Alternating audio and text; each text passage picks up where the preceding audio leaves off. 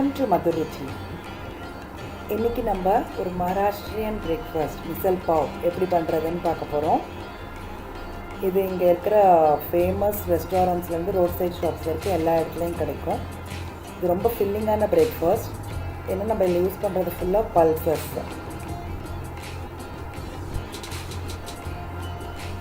ஸ்க்ரீனில் வர்ற ingredients note பண்ணிக்கோங்க.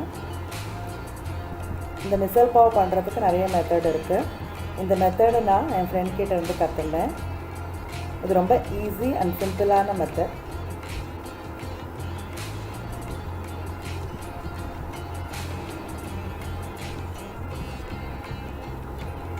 இதுக்கு என்ன ப்ரிப்பரேஷன் ஸ்டெப்ஸ் வேணுங்கிறது பார்க்கலாம். ஒரு கப்பு பட்டாணியை 3 மணி நேரம் ஊற வச்சுக்கோங்க.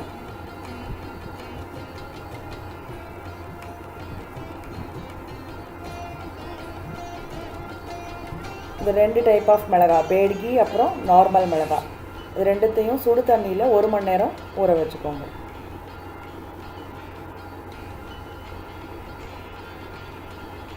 அப்புறம் பச்சை பயிறு, இது ஒரு 10 நிமிஷம் ஊற வச்சா போகிறோம்.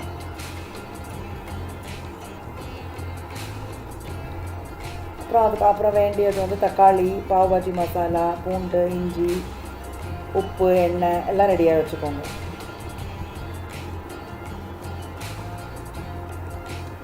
சமைக்க ஆரம்பிக்கலாம்.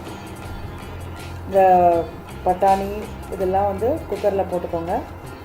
4 விசில் வரைக்கும் வச்சு வேக விடுங்க. இது ரொம்ப குழையக்கூடாது, 4 விசில் வச்சா போகிறோம். தக்காளி, இஞ்சி, பூண்டு அப்புறம் இந்த மிளகாய் எல்லாத்தையும் வந்து நல்லா பேஸ்ட்டாக அரைச்சிக்கோங்க. நல்ல பேஸ்ட்டாக அரைச்சிக்கோங்க.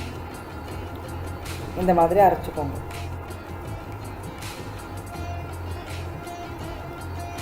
ஒரு கடாயில் 2-3 டேபிள் ஸ்பூன் எண்ணெய் விட்டு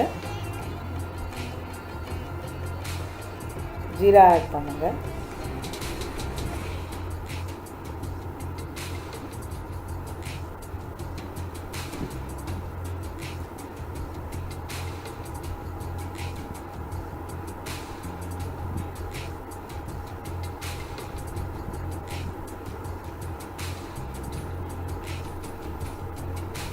இப்போது இதில் இந்த அரைச்சி வச்சுருக்கிற விழுதை ஆட் பண்ணுங்கள். இது நல்லா அந்த எண்ணெயிலேயே நல்லா வதங்கணும். ஒரு 10 நிமிஷம் வரைக்கும் நல்லா குக் பண்ணணும். இது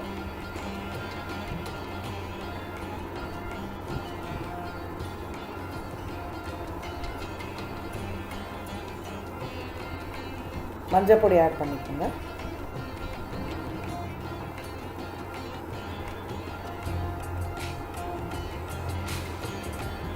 இப்போ நல்லா பார்த்தீங்கன்னா சைடில் நல்லா எண்ணெய் வருது. இது இப்போ நல்லா குக் ஆகிடுச்சு. இந்த ஸ்டேஜில் பாவ் பாஜி மசாலா இல்லை வேறு ஏதாவது கரம் மசாலா கூட ஆட் பண்ணிக்கலாம். நான் ஒரு teaspoon Kashmiri red chilli powder add பண்ணியிருக்கேன். அது கலருக்கு. இது ஆப்ஷனல், நீங்கள் வேணும்னா ஆட் பண்ணிக்கலாம்.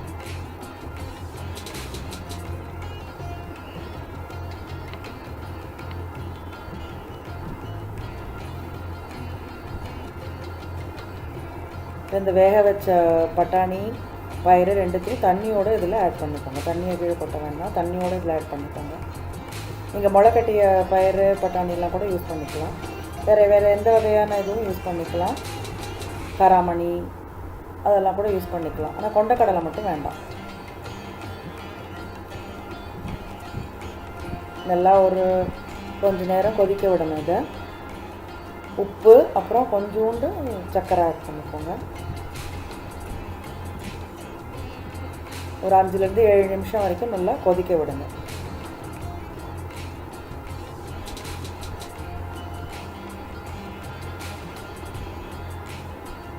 இந்த கன்சிஸ்டன்சி மீடியமாக இருக்கும். உங்களுக்கு ரொம்ப தண்ணியாக வேணும்னா கொஞ்சம் தண்ணி ஆட் பண்ணிக்கலாம். மிசல் ரெடி ஆகிடுது. பாவை வந்து பட்டர் க்ரீஸ் பண்ணி கொஞ்சமாக தவாவில் டோஸ்ட் பண்ணி வச்சுக்கோங்க. எப்படி சர்வ் பண்ணுறதுன்னு பார்க்கலாம்.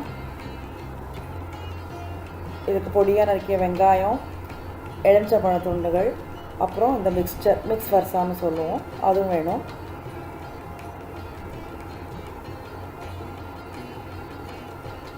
ஸோ இந்த மாதிரி லேயர் பை லேயர் நீங்கள் சர்வ் பண்ணணும். இது தனியாக ஒரு கிண்ணத்துலையும் அந்த மிசலை சர்வ் பண்ணும்போது வைக்கணும்.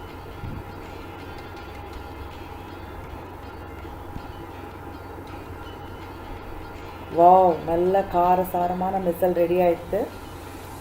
இது கோலாப்பூரில் ரொம்ப ஃபேமஸ். கோலாப்பூரில் ரொம்ப காரமாக இருக்கும். நான் இங்கே ரொம்ப மீடியமான காரம் தான் யூஸ் பண்ணியிருக்கேன். நீங்கள் இதை ட்ரை பண்ணி பாருங்கள். அப்புறம் உங்கள் ஃபீட்பேக் எங்களுக்கு எழுதி அனுப்புங்க. மறக்காமல் மதுருச்சி சேனலுக்கு சப்ஸ்கிரைப் பண்ணுங்கள்.